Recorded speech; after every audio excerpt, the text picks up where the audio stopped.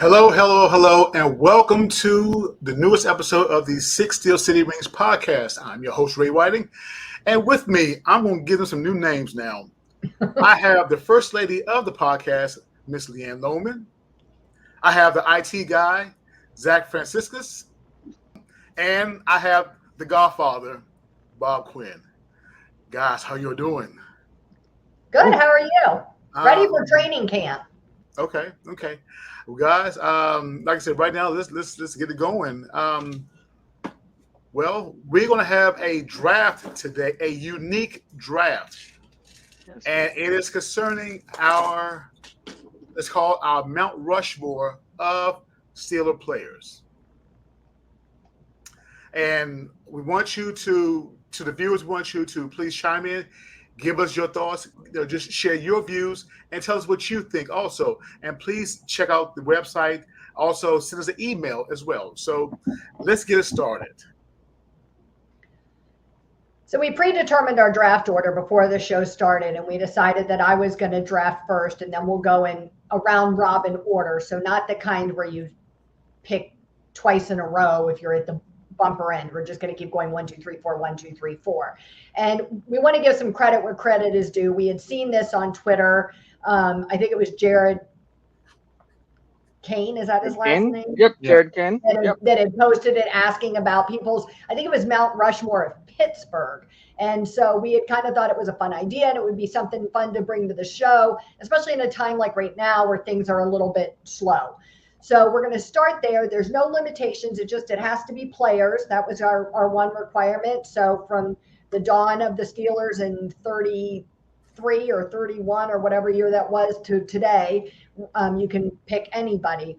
And we acknowledge that there's definitely some players that would be on the top of everybody's list. So my first guy is definitely that player. I picked Joe Green, Joe. I think it's impossible to have any kind of Rushmore and not have him near the top. He's one of only 3 players that was Defensive Rookie of the Year and then Defensive Player of the Year multiple times, joining Lawrence Taylor and Aaron Donald with that honor. He helped the Steelers win those 4 Super Bowl titles. He was a leader and on the team and off the field, and really kind of set the tone for this thing that would become like the backbone of who the Steelers were. This great defensive, franchise organization with that as their backbone. And the stories about him are hysterical. I grew up hearing those stories. I still love to listen to the day. I did an article the other day about Tunch Ilkin talking about how Joe Green taught him to block him by punching him in the stomach every time he messed it up. So, every time he grabbed him, Joe Green would punch him in the stomach. And that was, you're talking about the last year or 2 of his career, and he was still putting that much energy into it. After he retired from playing, he stayed on and coached with the team for a little while. And it's just definitely hard to ignore him. He's definitely one of the backbone of the franchise.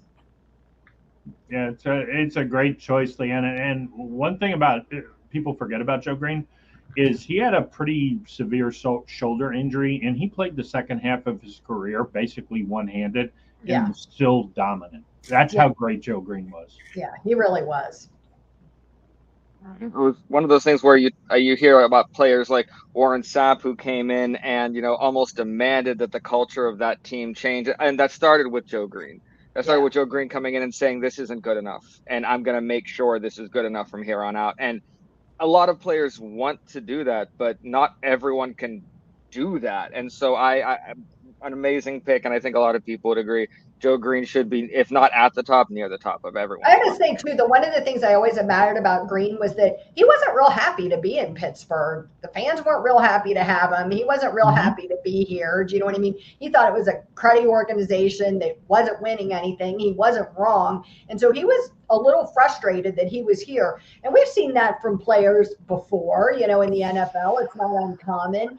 And instead of letting that define who he was and define what his attitude was going to be, he met Chuck Noll. He started to get to know, we watched them kind of clean house in the locker room and get to know the guys they had. And he made a decision that he thought that this could be a team that could win. And he he gave it everything he had to be a part of that, and he was one of those kind of founding fathers of the HBCU movement with Bill Nunn, coming in from North Texas State. So I mean, I just think, you can't say enough about what he contributed to the NFL, not just the Steelers organization. Yeah. Absolutely. Like I said, when I think of Joe Green, okay, Reggie White, they called him the Minister of Defense. Mm-hmm. And when it came to that defensive line, whatever Reggie White said goes. But before Reggie White, there's Joe Green. And again, like you said, he commanded, he commanded respect. And he gave respect also. And again, he was very fierce, very tough in the trenches. And again, like I said, from a fan's perspective, I mean, Joe Green, like I said, he is tops to me. But like I said, I can't say enough about him. Of course, you cannot forget the commercial, the Coke commercial with that kid in the jersey. You can't forget that. Yeah. Mm-hmm. And that Coke commercial really changed how people in the city viewed him. To hear the stories about him from before that, people really thought he was this big, scary, bad guy. Do you know what I mean? And then they saw him with this child in this commercial and realized, oh, he has this other side of him. He would go to dinner at the Rooney's house and eat dinner with the chief and Cass and with him and his wife. And I mean, those stories, just the impact he had is impossible to measure. Yeah, he was a real culture change for Pittsburgh. I mean, people, he's Noel's first draft pick. And for younger fans, if you don't understand, think about the very worst franchises in the NFL. Your Lions until recently, your Jaguars, your Cleveland Browns, your Cleveland Browns, your Cleveland Browns. I said those a few times. Pittsburgh was even worse than that. One playoff game in 36 years when they draft Joe Green, and it was a blowout loss to the Eagles, 21-0. We didn't score a touchdown in the playoffs till the 70s, folks. I mean, it was, and getting Joe Green, who really didn't want to come to Pittsburgh, it was like being sent to Siberia. And between him and Noel, they just slowly, in that first draft, they just started stacking pieces. And by 4 or 5 years in, Joe Green was the foundation. He started it all with Noel. Yeah. I don't think that type of player could happen nowadays, because a player who could command what he commanded going to a team he didn't want to, we've seen it happen before. He could have finagled something and it couldn't have happened, or the backlash of us taking him wouldn't be enough. Something would have happened where it wouldn't have worked out the way it did. So there could only be one Joe Green at one time. So I think that's special about that. Yeah. I should have said before I started talking what our picking order was. We decided before we started the show. So it was me first, then Bob is in second, Ray is in third, and then Zach is bringing up the last but not least. Okay. So is it my turn? Your turn, Bob. Let's go.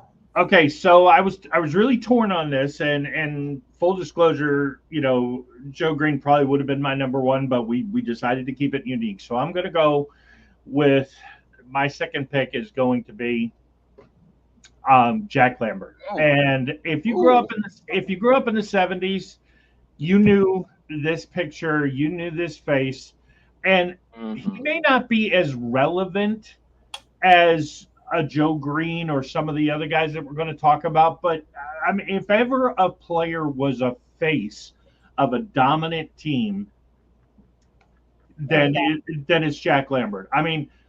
The teeth out, the Count Dracula, and one thing about Lambert that people forget, came up big on the biggest stages consistently. We probably don't win Super Bowl 10 unless Lambert assaults Cliff Harris. And Cliff Harris was stupid. He made fun of Roy Girella for missing a kick, got in his face. He's still talking about that. I love that he still talks about that.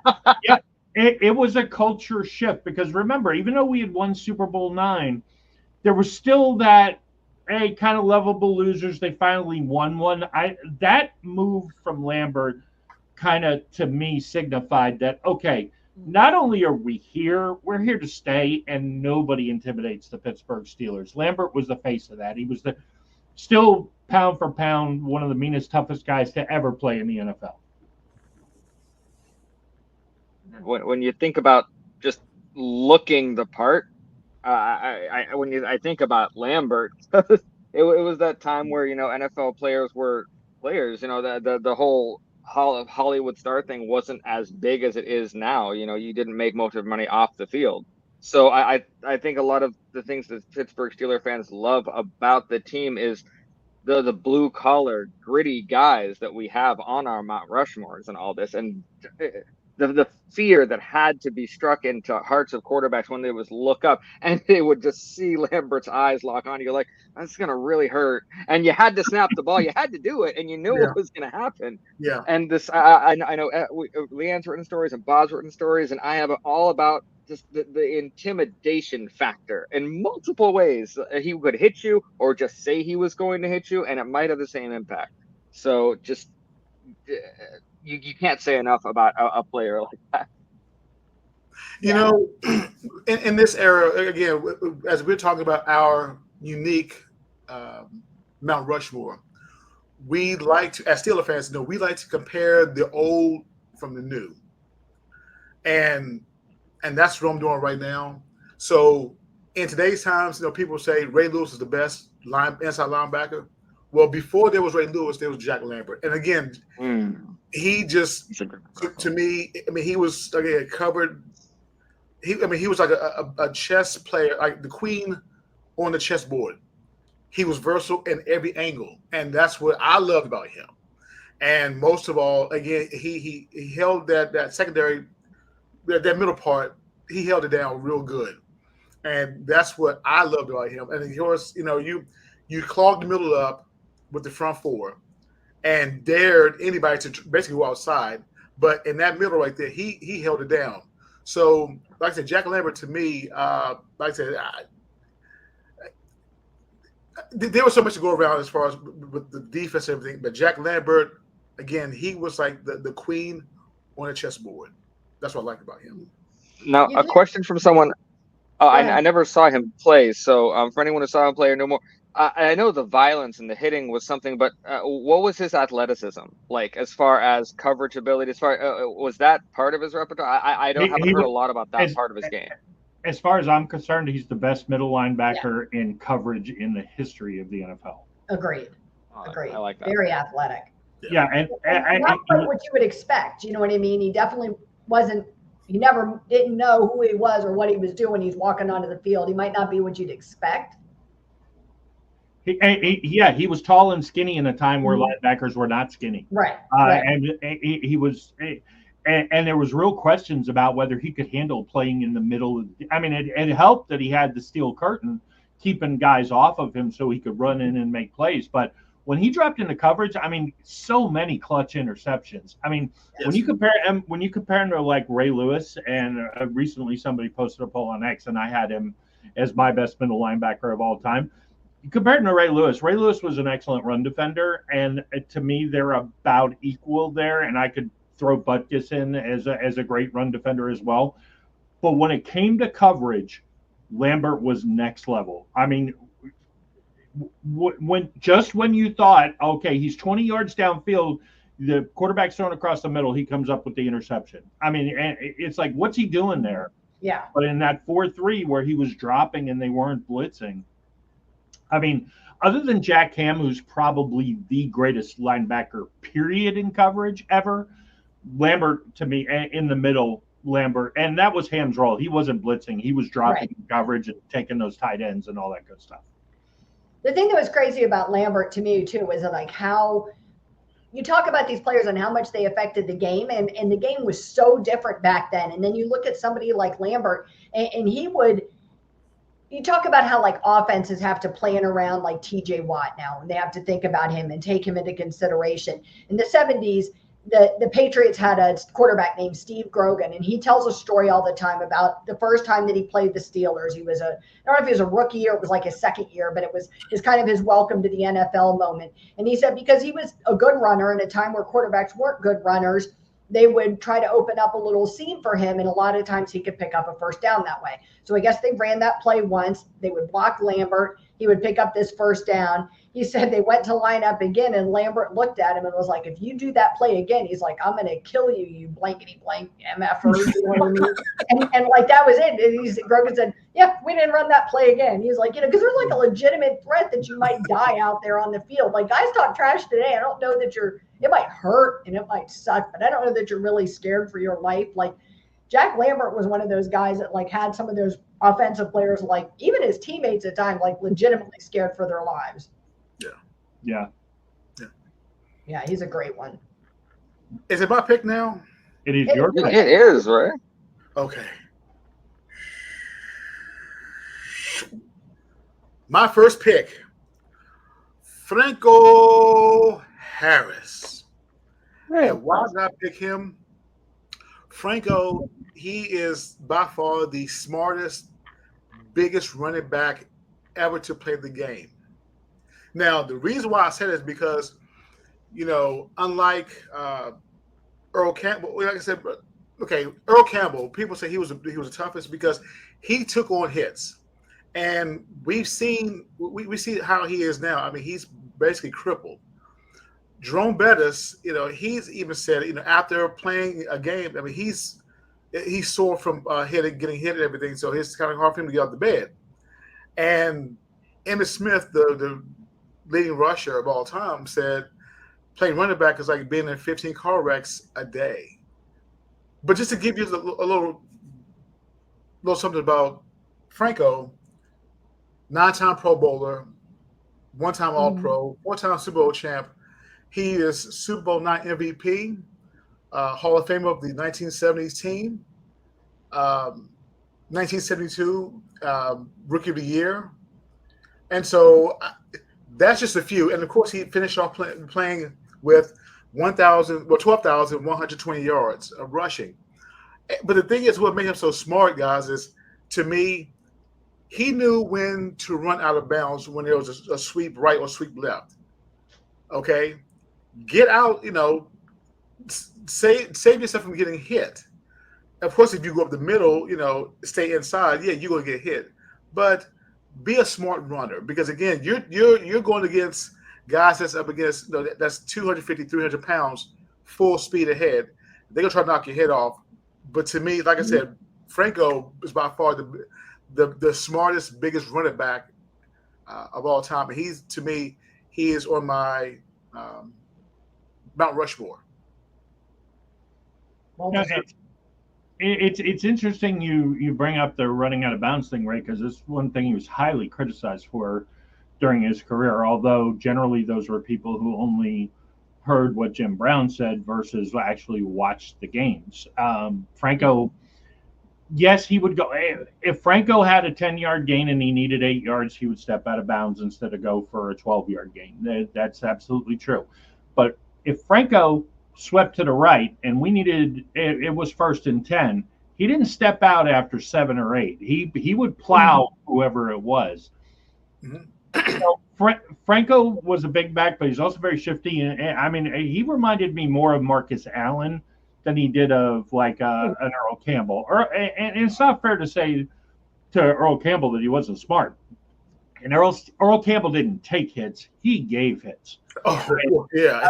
The only hit I ever saw Earl Campbell take was when Donnie Shell destroyed him, and that changed the dynamic because until Donnie Shell cracked Earl Campbell, the Steelers didn't have an answer for him. I mean, but luckily that was before the championship game, and that was a couple of weeks before. And when he came into Pittsburgh in that snowstorm, even though it was 34-5, and we destroyed him in the sleet and the rain and everything else, he really never had a huge game against the Steelers again. The first 2 or 3 times he played the Steelers, it was ugly. Like, even Lambert was like, I don't know what, he wasn't afraid of him, but he didn't know what to do with him. Right. Because Earl Campbell was bigger than Jack Lambert.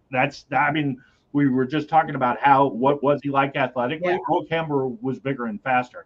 But that being said, Franco, first touchdown in Steelers history in the playoffs, the immaculate reception. I mean, there's so much you could say about Franco. And to go back to that, Bob, like you said, if he needed to bang to get those yards, Yes. When needed, yes. I'm not going to take that away from him. But also save yourself from a hit to where, you can get the yardage, just go out of bounds if it's a sweep right or a sweep left. So, but again, like I said, Franco to me was a very smart runner. And you compare him to Marcus Allen, I'll tell you another one who had a short career, Marcus Dupree, that came out of Oklahoma. Marcus Dupree. Marcus Allen didn't have a short career. No, he didn't. But I'm talking about Marcus Dupree. I wouldn't even put him in the same. I'm talking about encyclopedia book the same build. Franco Harris. Build. That's what I'm saying. The same build. But like I said, Dupree had a short career, but the build and everything, as far as his physique and stuff, they are pretty similar. But like I said, Franco to me, I don't know how Zach and LeeAnn feel, but I think that's a huge insult to Franco to bring up a guy like Marcus Dupree. No, who never did anything in the NFL. The physique, Bob. Come on. I don't know. I think Franco's a little bit in the class of his own. Yeah. I think some of the criticism he took for stepping out of bounds is unfair. Channel my inner James Franco. They hate us because they ain't us. Do you know what I mean? And so I always felt like that was one of those things. Players take that all the time. We always have snarky things to say about Ravens players and Browns players, and that's how I always kind of felt about that. Like, it wasn't, we weren't seeing Franco make choices. We've seen players make choices, Chase Claypool, that directly negatively affect the game. That wasn't what Franco was doing. Do you know what I mean? So if you save yourself some bodily harm and you're able to play next week, and we still win games and win by more than I've seen in most of my lifetime, then I don't see what the problem is. Do you know what I mean? If I had to choose between Najee Harris picking up the first down and making a smart decision that meant he could play next week, and barreling into somebody to showboat for another yard and a half and then blowing out his knee, you know what I mean? Like, it's a no-brainer. So I never felt like the criticism of Harris for that was fair. It was really like just a jealousy over the Steelers overall at that time. I just have to say, how did Chase Claypool and Marcus Dupree make it into a conversation about Franco Harris? The closest those two will ever get. The closest they will ever get to a Mount Rushmore conversation. Absolutely. I'll say this on a side note. Chase Claypool, from a receiver perspective, is way better than Lyman Sweet. But okay, go ahead. I'm sorry. It's not really a high bar. There you go, Bob. Now we brought Lyman Sweet into it, too. Our train went way off the track. All right, are we bring it back? And we'll move on to Zach's pick before we start talking about, I don't know, Bubby Brister or somebody. Yeah. You ready, Zach?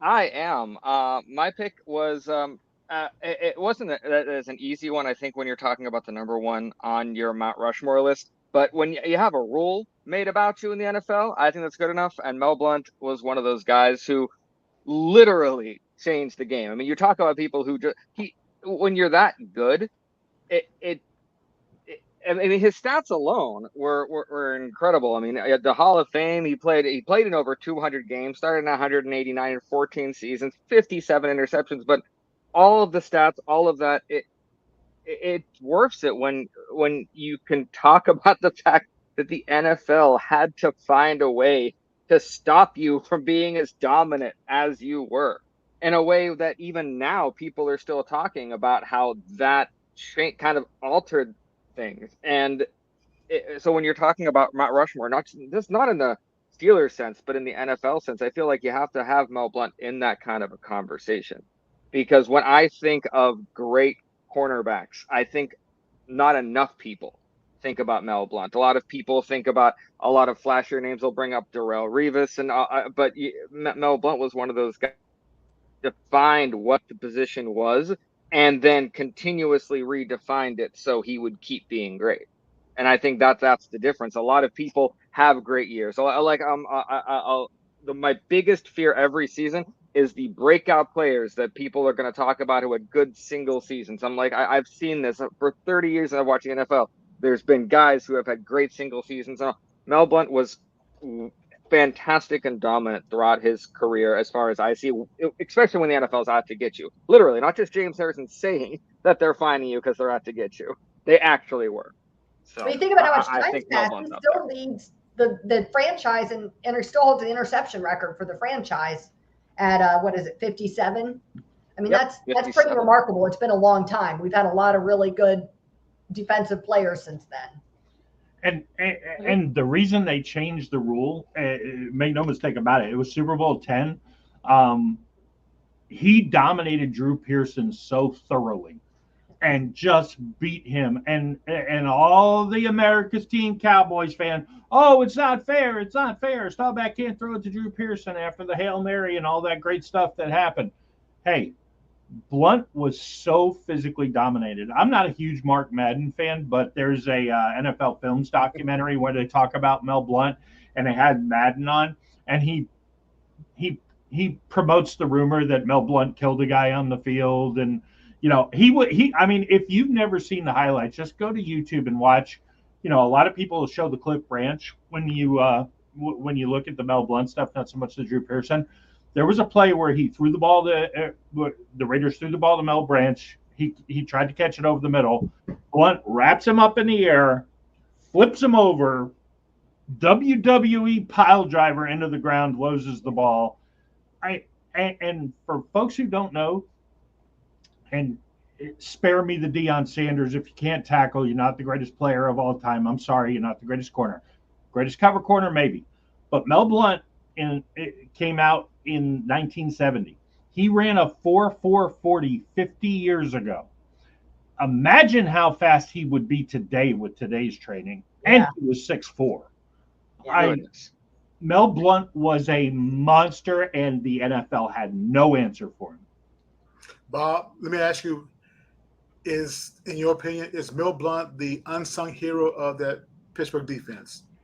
I wouldn't say Mel Blunt is unsung about anything. I mean, Mel Blunt, to me, is the greatest cornerback of all time. I've said that often, and I don't think it's particularly close with anybody else. I mean, he's awesome at coverage, and he was awesome at tackling, and I fully agree with Ben Roethlisberger today. I mean, just imagine when you look at Micah Parsons, Mel Blunt was as big as Micah Parsons. Yeah. And imagine him playing 50 years ago. All the talk about, well, what would an NFL player from today look like in the 70s?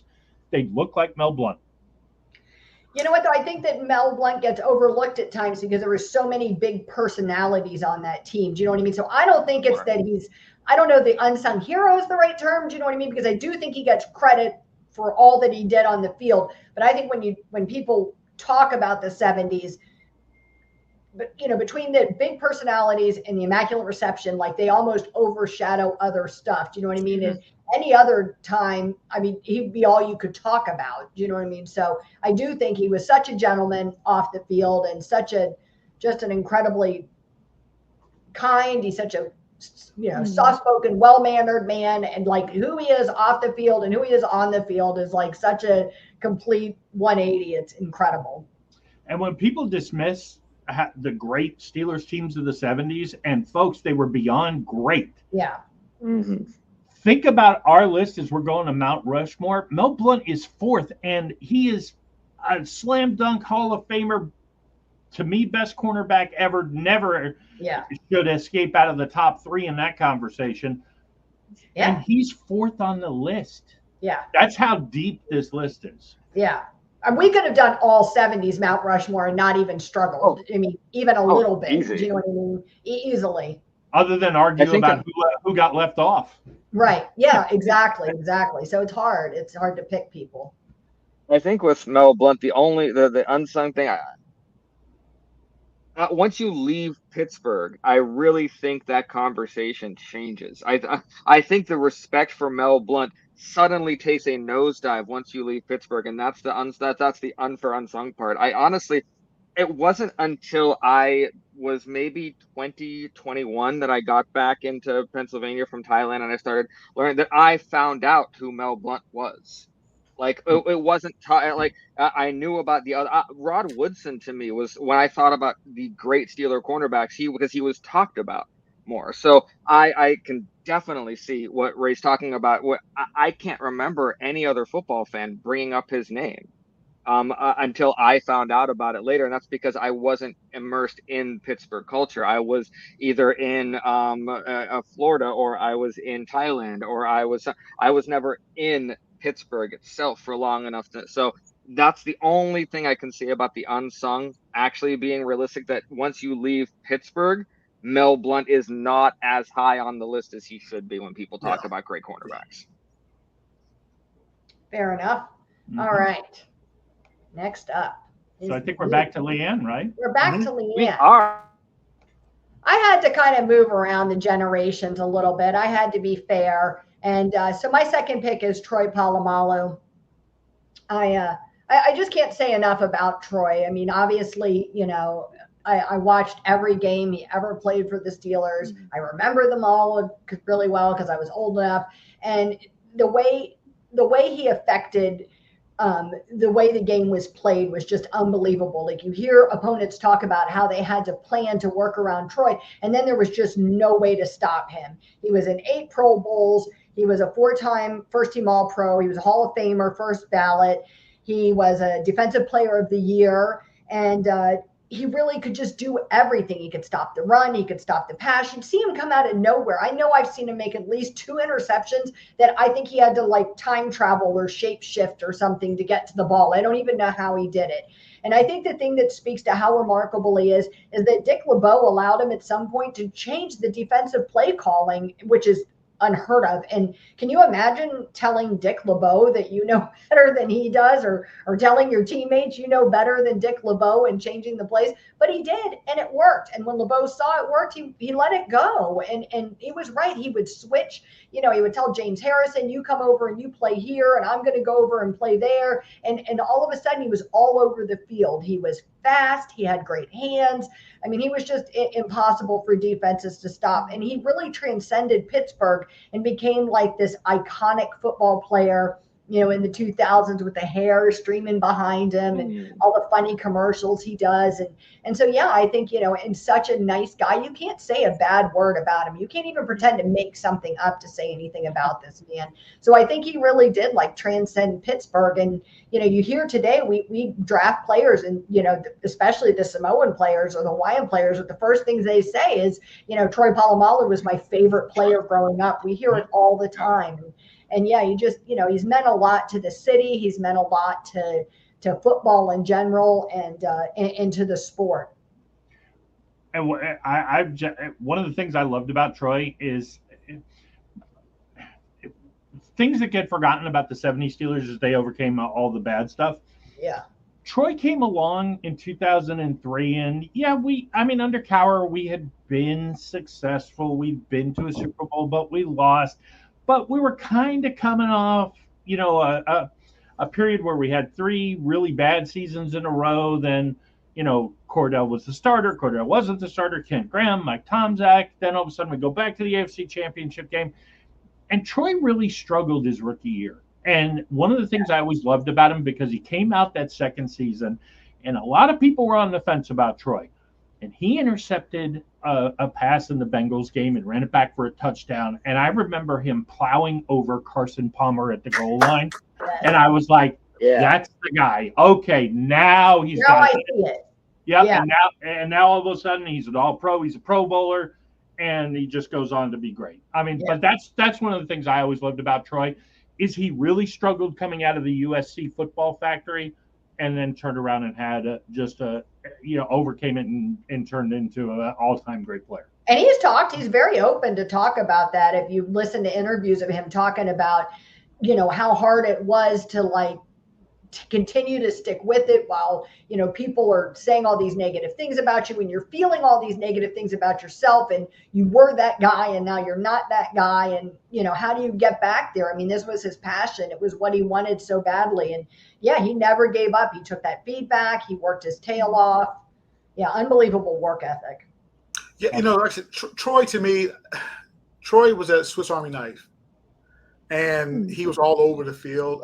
It was just, he was at the right place at the right time and made the right play. I mean, again, it's just classic. I still can't get over the play when they played Tennessee, and he at the goal line, and he jumped over timed it perfectly to sack. I believe it was Kerry Collins, who was quarterback for the Titans at the time.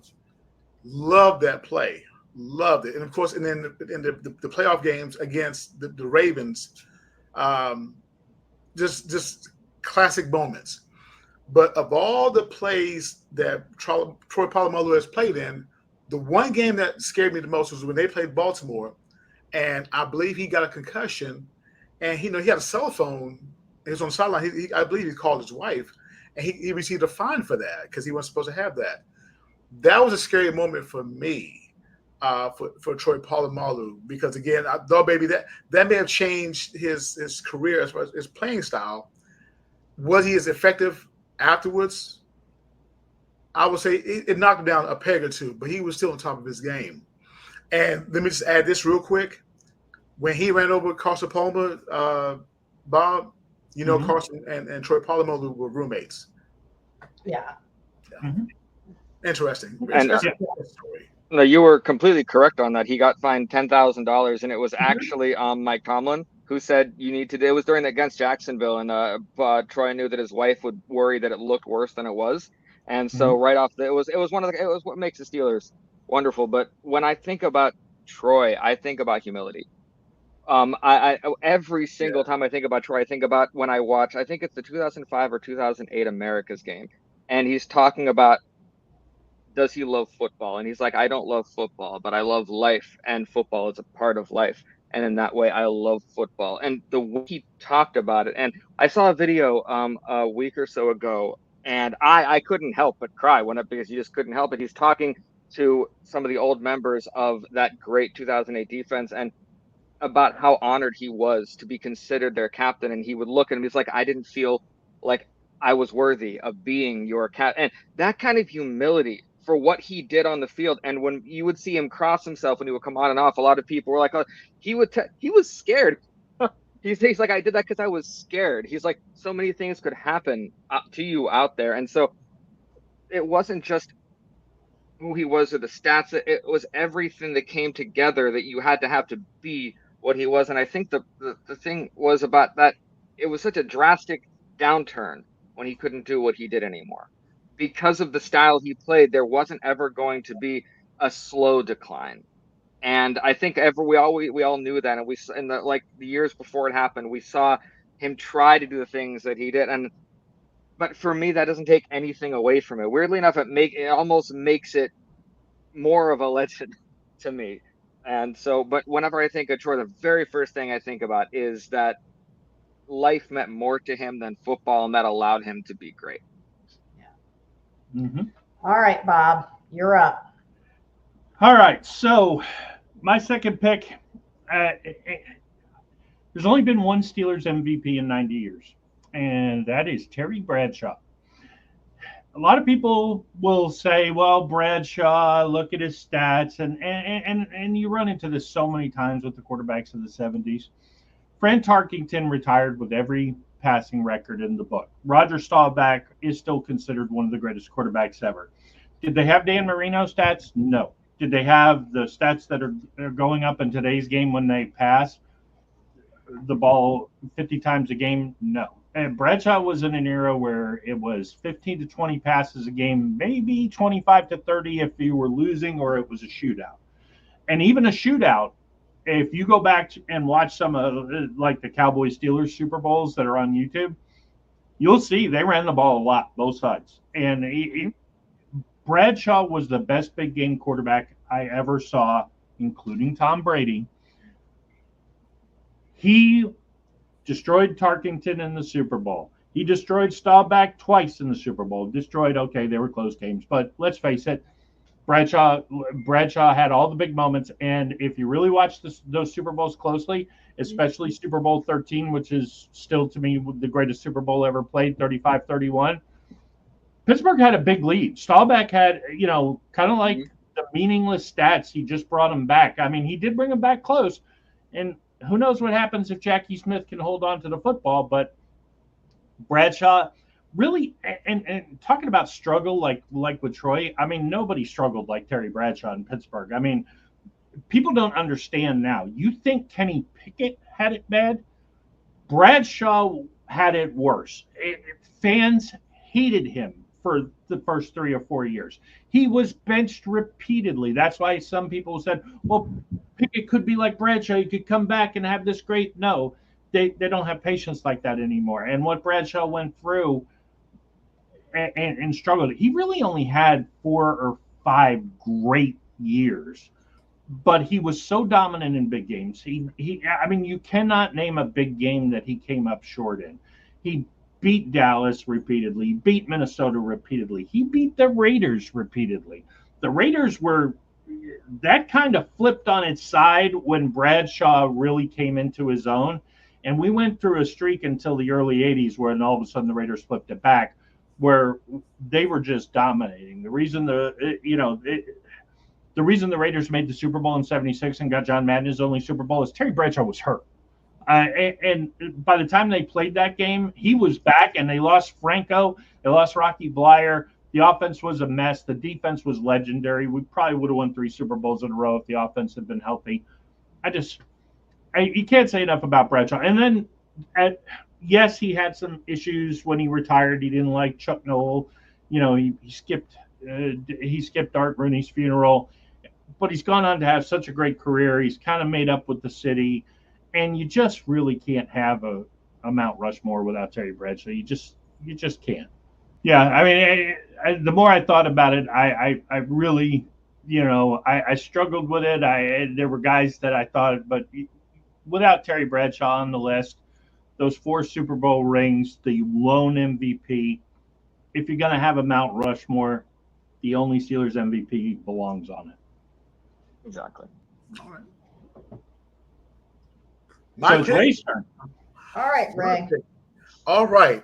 From the University of Southern California, Lynn Swann.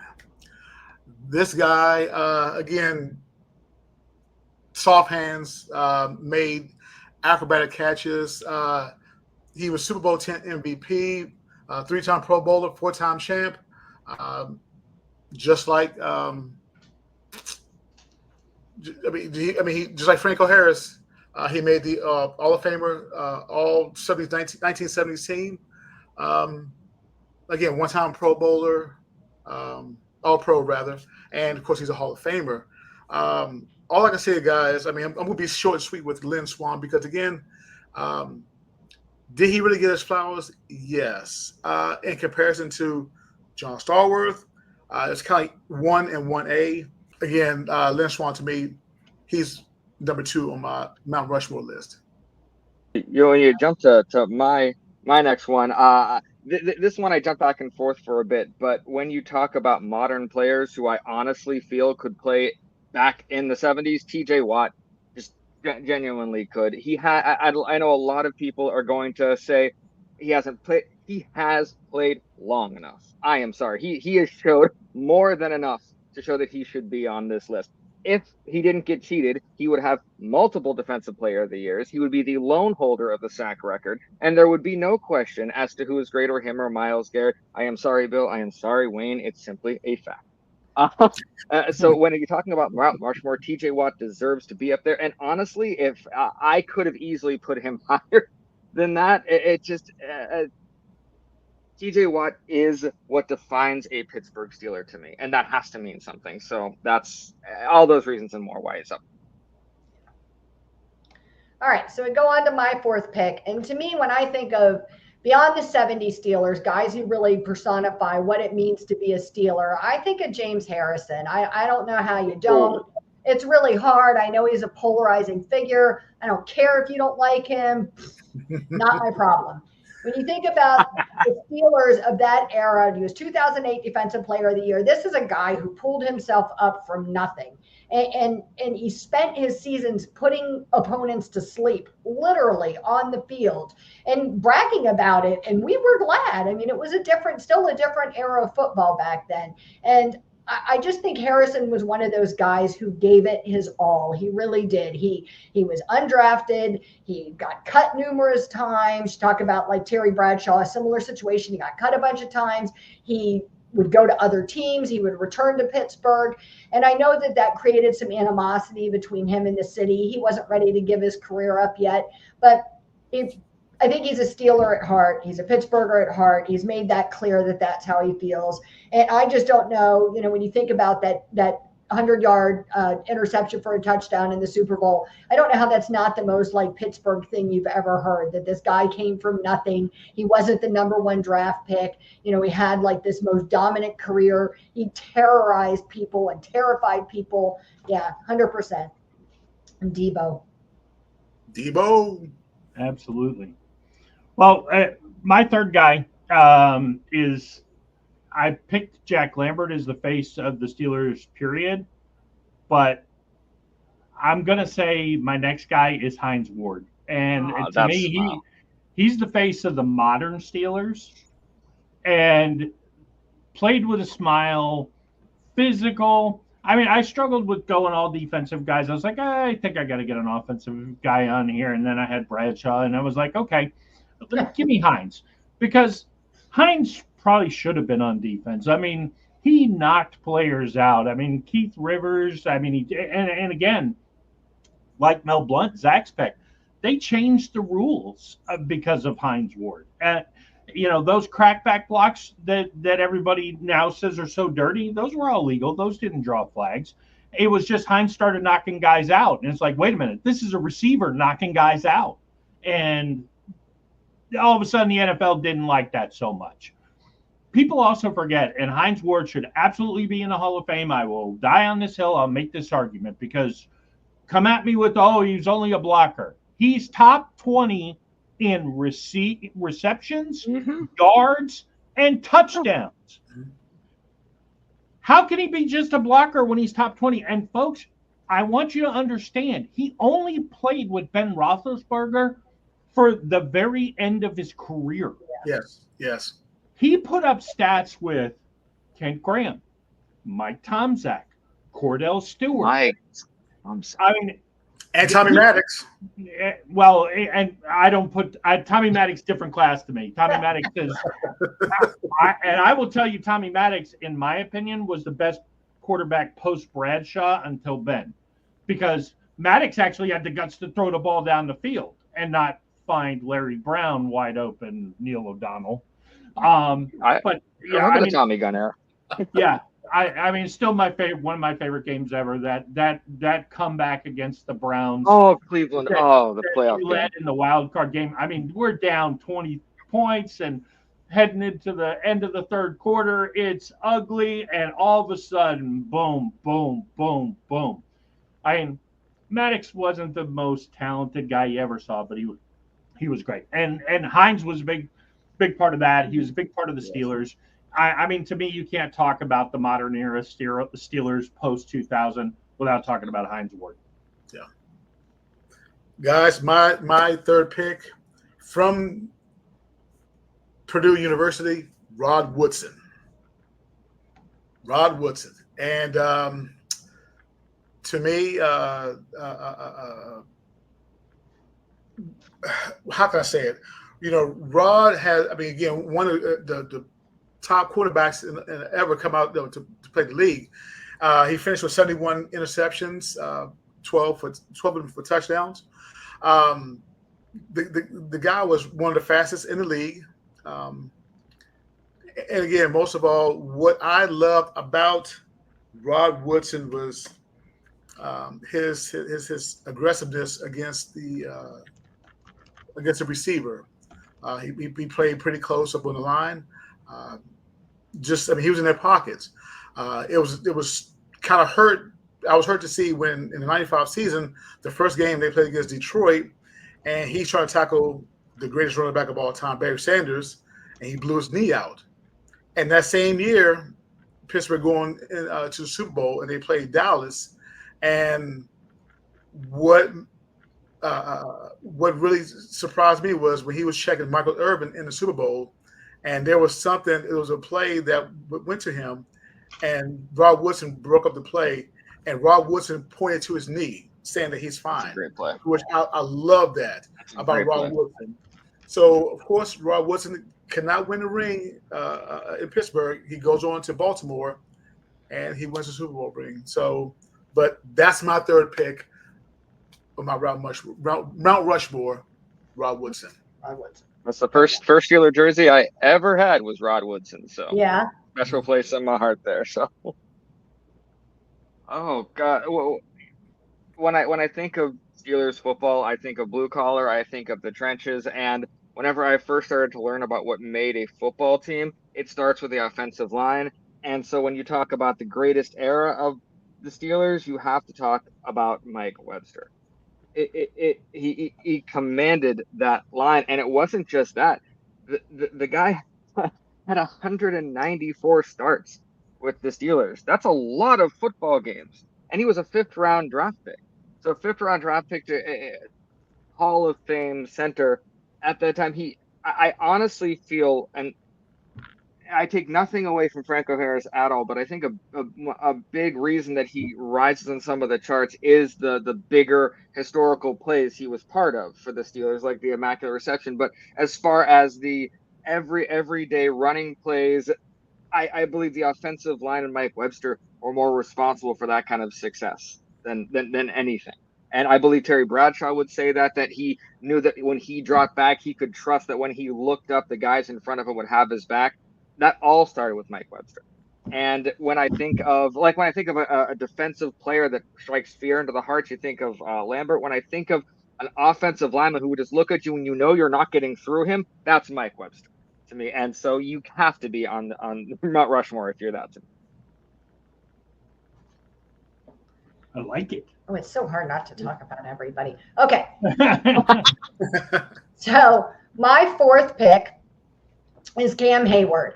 He is the only other current player we have on here so far other than TJ Watt. I don't know what's coming up, but I just feel like I argued with myself a lot about Cam because the argument against Cam is that he doesn't have the Super Bowl rings yet. And so then are you really great? You know, it's like if a tree falls in the forest, is really sound if no one hears it. So is Cam Hayward really great if he's not rocking a Super Bowl ring? And I don't know how you take that greatness away from him. I mean, he's just been a dominant defensive end. He's been a defensive leader on our team. He is the heart and soul of Pittsburgh. I heard somebody say a couple of weeks ago that when Cam finally does retire, he should run for mayor because he'd win in a landslide. I mean, I just think he's really just one of those loved guys. He's everything that Mike Tomlin loves in a player. He's got the pedigree, being like Ironhead Jr. And I just think that, he's just been so dominant. I look at him and I think about, we have all of these great defensive players making all of these incredible splashy plays. But at one point, Hayward was holding the lead for our interceptions. I mean, for our sack record for the team a couple of seasons ago. So, I mean, he's there making those plays too. I don't know that he always gets the credit he deserves because he plays there with TJ Watt and Minkah Fitzpatrick, and they're just so splashy and good. But they're good in part because they have Hayward there. I think that's a great pick. And I honestly think if all the stuff with Hayward wouldn't have happened this offseason, a lot more people would be on board with that. Yes. I agree. Yes. I agree. We all know how I feel about Maybe he'll end up on Cleveland's Mount Rushmore. Yeah. Okay. My final pick. I went really back and forth with this, and wait, Bob! I got to interrupt you. I totally forgot. I have another slide in here because I had a little bit of an honorable mention. I'm sorry, I forgot all about this. Okay. I have a little bit of an honorable mention because I don't know how any of this is possible with Art Rooney. So I tried to make him like God up there in the sky above it all. I think that lots of NFL teams have really great owners. I think the Steelers were very unique in what they had with the Rooney family. It's more than just a family that's willing to give money. It's more than just a family that's willing to be involved. Like this was the Chiefs' vision, and he set that all into motion. And you can put so much credit on Chuck Noll, but Chuck Noll got there because of the Chief. And I mean, the things that he did, hosting dinner parties at his house and having players over and hanging out with them and visiting people in the hospital. I mean, that's not something you hear about all of these other owners doing. And I don't know how you talk about who's so great in Pittsburgh without bringing up the Chief. Okay, now I'm going to shut up. Now it's fine. Well, and you want to talk about a tough guy. Should have been in the Olympics representing the USA as a boxer, but he took some money as an amateur, and Jim Thorpe was very fresh in people's minds. So he decided not to go. The guy who went in his place came back from the Olympics with a gold medal, and Art Rooney fought him. It was his last fight and knocked him out. Yeah. So Yeah, the Chief is an interesting character. He really is. Really was. He's passed now, but yeah, I just don't know how you talk about anything Pittsburgh and not talk about just the way he changed the whole city, but especially the franchise. Yeah. All Okay. right. So my last pick, I was tempted to go James Harrison, but LeeAnn beat me to him. There's one guy. So the Steelers of the 70s were the glory days, and then we kind of went into the dark ages for about 20 years. We got to a couple AFC championship games. We lost the Super Bowl, but there was one guy who was kind of to me, the face of that period, who never gets enough credit, who probably should have been a defensive player of the year, and that's Greg Lloyd. Greg Lloyd was the scariest, most intimidating player when he played in the NFL, period. Anybody who tries to sell you anything different didn't watch football during that time. People outside of Pittsburgh hated Lloyd. They were scared of Lloyd. I live in Jacksonville. I've been a Steeler fan for forever, for 50 plus years. And I remember the Steelers-Jaguars were such a huge rivalry when the Jaguars came into the league because Tom Coughlin was all about beating the Steelers. They hated Greg Lloyd. Lloyd didn't care. He was an intimidator. He tells stories on podcasts about how he not only wanted to stop guys, he wanted to hurt guys. He told opposing coaches, "Are you stupid? Don't ever run that play again. If you run at me, I'm going to hurt your guy." I mean, Lloyd is a fascinating character, and like Harrison, really struggled, came out of an HBCU. The Steelers kind of went and on the sly kind of found him and had him run in the rain off the books and then basically say, "Hey, has anybody else worked you out?" No. And all of a sudden now they pick him late in I mean, he wasn't even invited to the combine when they were doing the combine. He's just a tougher, meaner, nastier guy outside. And the biggest thing I can say about Greg Lloyd is Dick LeBeau, who's probably the best defensive coordinator in NFL history. And yes, he changed his defense for Troy. But when LeBeau was asked if you had one player, first round draft choice to start your defense, who are you picking? He picked Greg Lloyd. Lloyd was beyond a difference maker. He was a tone setter, a culture. And Pittsburgh, when Pittsburgh is great, there is a bully on the field. And Greg Lloyd was that bully. That. Yeah. Right. My last pick is number 7 from the University of Miami, Ohio, Ben Roethlisberger. The man. Oh, man. Yes, the man. Guys. What did I do? I'm sorry. I messed the last slides up. That's all right. It's all right. But we know who the person is. Yeah, Ben Roethlisberger. Ben finished his career with 64,000 yards. And one thing about Ben was he wanted to emulate John Elway. I mean, his improvising, plays and everything. Just as a fan, and we maybe all agree with this right here. A play is supposed to run a certain way, and if the play is busted, then it's okay. What are you going to do now? And like I said, Ben will make, something out of nothing, and that's the beauty of Ben Roethlisberger. He just create plays. It's just, I just love it. And of course, I see a lot of videos of him, how he makes something out of nothing, where he finds like Mike Wallace in the end zone against Green Bay on that last second play right there at the end. Heath Miller in Dallas, down the sidelines for a touchdown. And most of all, the catch with Santonio Holmes in Super Bowl 43. Now, of course, he's 2004 Rookie of the Year. He takes the team to a 15-1 record, goes on to the AFC Championship, lose to the Patriots. And that following year, he convinced Jerome Bettis to come back for one more year. I promise I'll get your ring. He delivered. And that postseason in that year, 2005, 2006, was epic because, again, the game against the Colts, Look how many chances we've had. And Ben, with that game-saving tackle, one-hand tackle, just said it all right there. But what gets me about Super Bowl 43, and I'm sorry, I got to say this real quick. Ben should have got MVP honors that game. I'm sorry, not Santonio Holmes, because that 2-minute drive of what Ben did against Arizona was classic. A 2-minute drive. I mean, we're talking 85 yards down the field for a touchdown, and he doesn't get it. That's my only knock. But again, Ben is on my Mount Rushmore, the fourth guy. Well deserved.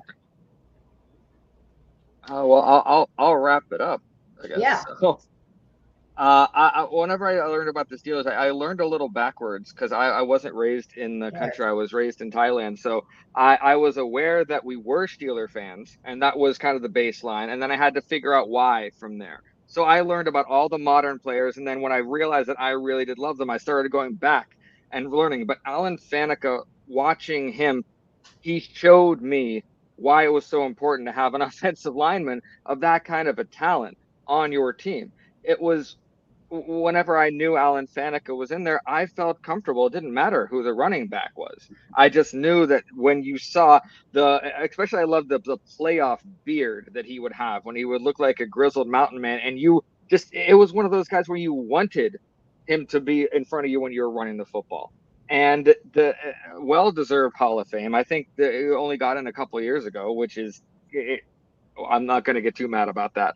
But in 13 NFL seasons, he was just dominant. When we lost him to the Jets, that was later in his career, and it still felt like a huge blow. And I remember, I think it took the Steelers a while to be able to bounce back from losing a guy of that caliber. And honestly, I don't think it was until maybe the last couple of years when we started really heavily investing back in the offensive line like we have, that we're getting close to getting another player like Alan Faneca again. So how do you not put him up there? I had to put Webster up there ahead. I think maybe the 4 Super Bowls had a lot to do with that. But I Faneca has to be on there for me. You know, Ray Lewis said this. He said about Alan Faneca, he said, when playing the Steelers, he said, you got to get to the line real quick, because when Alan Faneca's pulling, if he gets to the line of scrimmage first, he's going to plow the road and he's going to knock you over. And that was the one. I was very shocked to hear Ray Lewis said that. He said you got to beat him first. If he gets to it first, he got you. So props to Alan Faneca. There's some good Mount Rushmore. So guys, what we're going to do, if you've made it this far, we appreciate it. Do us a favor and like the show, subscribe to the show, send us your feedback like Ray asked earlier. But we're going to post our individual Mount Rushmore. So you see we did them as a draft, because if we just picked each on our own, we probably would have had so much overlap. So we're going to post our 4 individual Mount Rushmores on Twitter, and we're going to ask you to go vote. Pick which one is your favorite, which one you think is closest to accurate or closest to how you feel, and let us know what your Mount Rushmore would be. Who are your perfect players? And we know there's players that can't include everybody. So who did we forget? What errors did we make? Or who did you not think of that we said and you agree with? All right. Absolutely. So, yeah, I mean, if you think about many organizations, you can't go 16 deep on a Rushmore, and I guarantee you there's probably 5 or 6 guys that fans are going to let us know we forgot. Oh, yeah. Yeah. Well, absolutely. And that's the beauty of this right here, because we talk about it again.